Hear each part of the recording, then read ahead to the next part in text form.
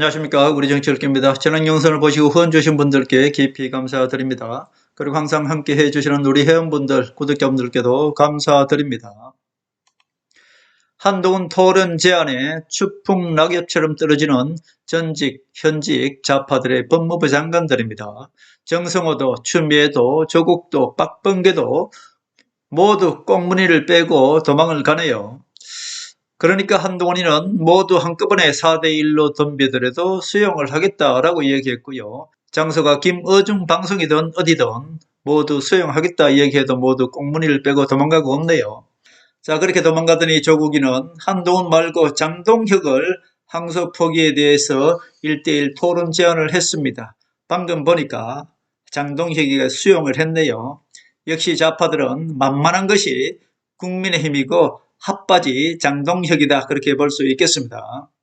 조선제일금 한동훈 앞에 좌파 세력 우두머리들이 모두 추풍낙엽처럼 떨어져 나갑니다. 추미애도, 정성호도, 조국도, 박범계도 전 현직 좌파 법무부 장관들 아닙니까? 우파의 법무부 장관 한동훈의 토론 제안에 가히 조선제일금답게 파격 제안을 모두 해버렸습니다.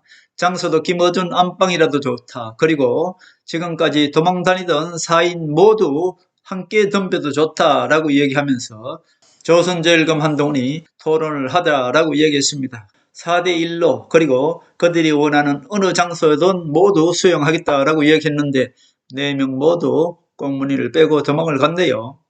조국 혁신당 대표 조국이 대장동 항소 포기 사건 토론에 장동혁 국민의힘 대표가 정식으로 제안을 해오면 응할 것이다, 이렇게 얘기했습니다.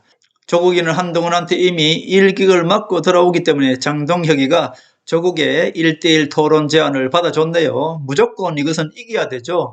조국은 이미 한동훈한테 상처를 받고 왔는데 이것도 이기지 못하면 장동혁이는 그야말로 핫바지 바지 사장에 불과하겠죠. 자, 그렇기 때문에 이 명분은 한동훈이가 가지고 있는 거기 때문에 무조건 장동혁이가 조국을 이겨야 됩니다. 그러나 조국한테 이기는 것도 만만찮을 것입니다. 왜냐하면 장동혁이는 그냥 바지 사장이기 때문에 오히려 조국의 위상만 키워주는 그런 결과가 나오지 않을까 심히 걱정이 됩니다. 이미 조국은 한동훈한테 이미 패하고 무릎을 꿇고 돌아오는 패장병인데 항소 포기 1대1 토론에서 만약에 장동혁이가 패하게 된다면 이것은 장동혁이야말로 바지 사장을 스스로 자인하는 꼴이 될 것이다, 저는 그렇게 봅니다. 결국 한동훈한테 덤벼서 이길 좌파 세력들이 없다는 것이고, 정청래 대표는 어떻습니까? 처음부터 항소 포기에 대한 찍소리 못하고 있죠. 괜히 나서서 한동훈한테 쪽팔리고 얻어맞을까봐 본전도 찾지 못할 것 같으니까 아예 정청래는 나서질 않고 있는 것입니다. 말빨센 좌파들이 모두 한동훈 앞에서 추풍낙엽처럼 이미 어떻습니까? 좌파의 유시민도 이성윤도 모두 한동훈한테 나가 떨어졌죠. 유시민도 한동훈 앞에서 까불다가 그냥 벌금 때려맞고, 이성윤도 어땠습니까? 한동훈한테는 아예 찍소리도 못하고 있는 것입니다. 좌파 잡는 조선제일금 한동훈은 지금 천하무적이죠. 일대 민주당 180명과 싸우고 있는 것입니다. 조국은 이미 이재명이가 다 제압해 놓은 상태죠. 우리 정치 읽기가 이미 다 예측하고 적중했는 것들 아닙니까? 지금은 조국이는 이재명한테 아부하고 있는 것이고, 지금 박지원도 이재명한테 무릎을 꿇고 아부하기 바쁩니다. 이재명이 호남 세력 박지원에게는 서해 공무원 비격 사건으로 박지원 목에 목줄을 채워놨고요. 조국이는 3인을 시켜서 한마디로 성희롱당으로 조국을 낙인시켜 버렸죠. 조국이 3인 시켜서 나왔을 때는 전국을 돌면서 생쇼를 했죠. 조국도 박지원도 지금 이재명에게 아부하는 그런 처지가 되었다, 그렇게 볼 수 있겠습니다. 결국 조국이나 국민의힘 장동혁이나 지금 언론에서 완전히 뒤로 사라지지 않습니까?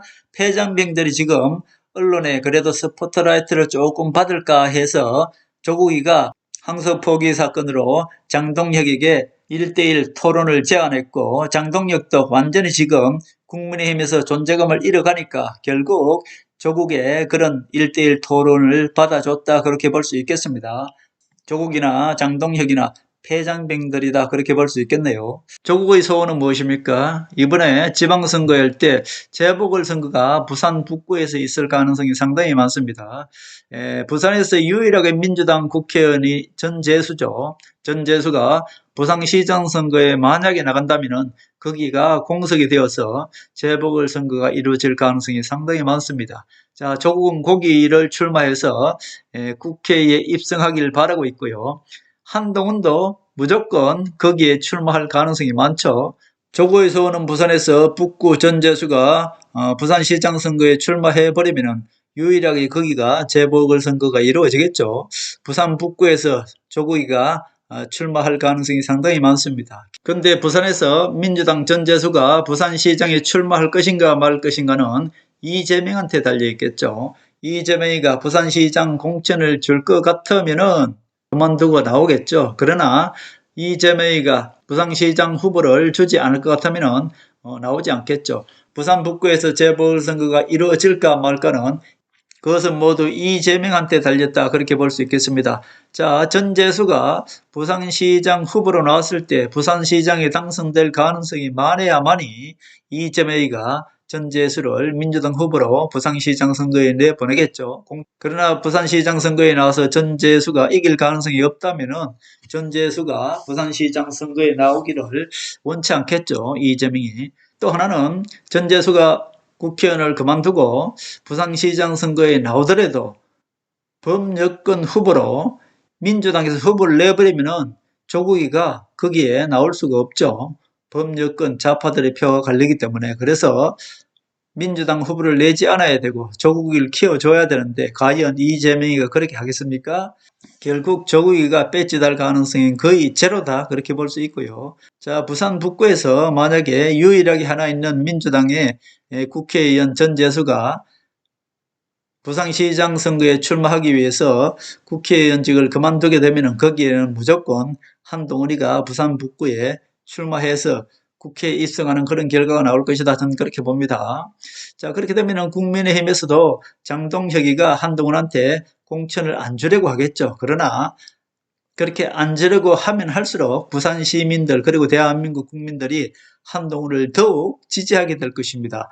한동훈에게 공천을 안 주면 안 될 만큼 그렇게 되겠죠. 한동훈이가 오히려 국민의힘에서 핍박받는 모습을 보이면 보일수록 부산 시민 그리고 대한민국 국민들은 한동훈을 지지하게 될 것입니다. 자, 결국 지금 어떻습니까? 국민의힘 지지율이 20%, 민주당의 지지율이 40%입니다. 결국 국민의힘은 지금 국민의힘을 지지하는 국민들은 할 수 없이 민주당 반대 세력이 국민의힘일 수밖에 없으니까 그냥 할 수 없어서 국민의힘을 지지하는 것이지 실질적으로 국민의힘 장동혁 체제 김무성 졸들이 장악한 국민의힘을 지지하는 세력은 지금 15%밖에 없습니다.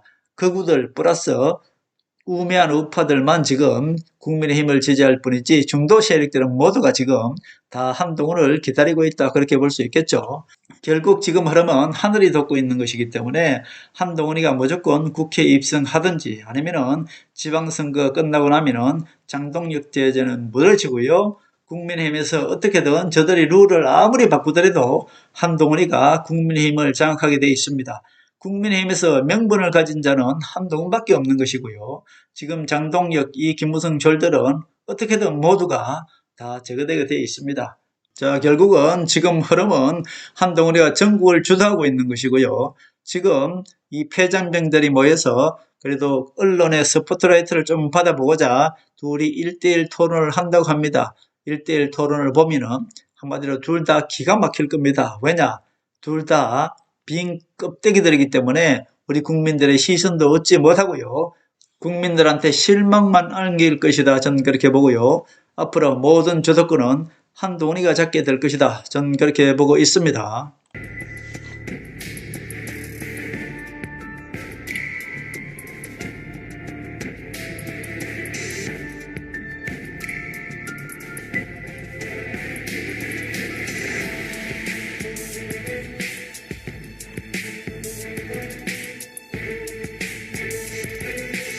하늘의 섭리대로 우리 정치의 미래를 읽습니다. 구독과 좋아요는 큰 힘이 됩니다. 감사합니다.